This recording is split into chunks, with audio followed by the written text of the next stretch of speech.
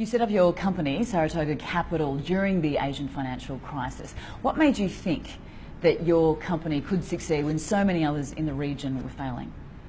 I think at that time was a survival mode. Number two, the view that coming out of the crisis, Indonesia will not be like this forever, like when we were in 97, 98.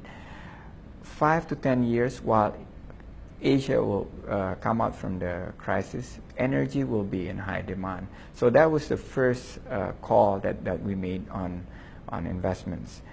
So now that Indonesia is back on top of investment destinations, and it will be investment grade hopefully next year, it's a product of a commitment and of I think a lot of hard work.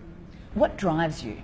I see all these pretty much paradoxical situations. Number 18 in the size of the economy, number 122 in the ease of doing business. It doesn't gel. It really ticks me. We should do better. And we see that we are so rich in natural resources, but we can't even produce. I mean, we produce cocoa, but we don't have chocolate factory here. We produce crude palm oil, but we don't have the perfume industries or the soap industries to support that. So we're just exporting of raw materials without being able to process it. Now that ticks me, and I think going 3 or 5 years ahead, Indonesia must be able to generate that expertise. Corruption is still a major problem here in Indonesia. Do you think enough is being done to stamp it out?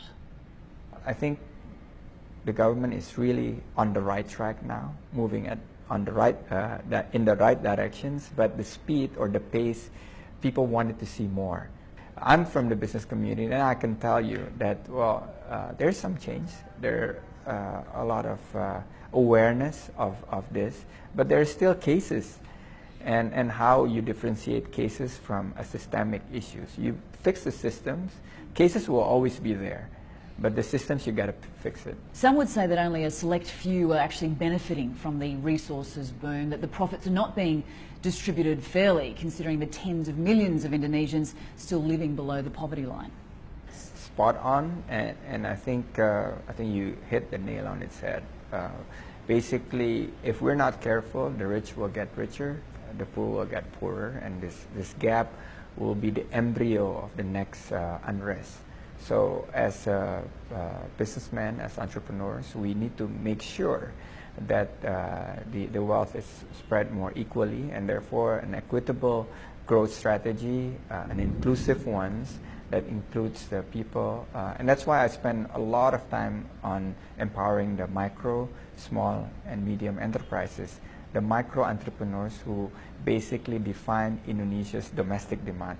Why consumer goods products sells very, very well in Indonesia? Because we have a resilient micro, small, medium enterprises space that has been able to pretty much absorb all these products.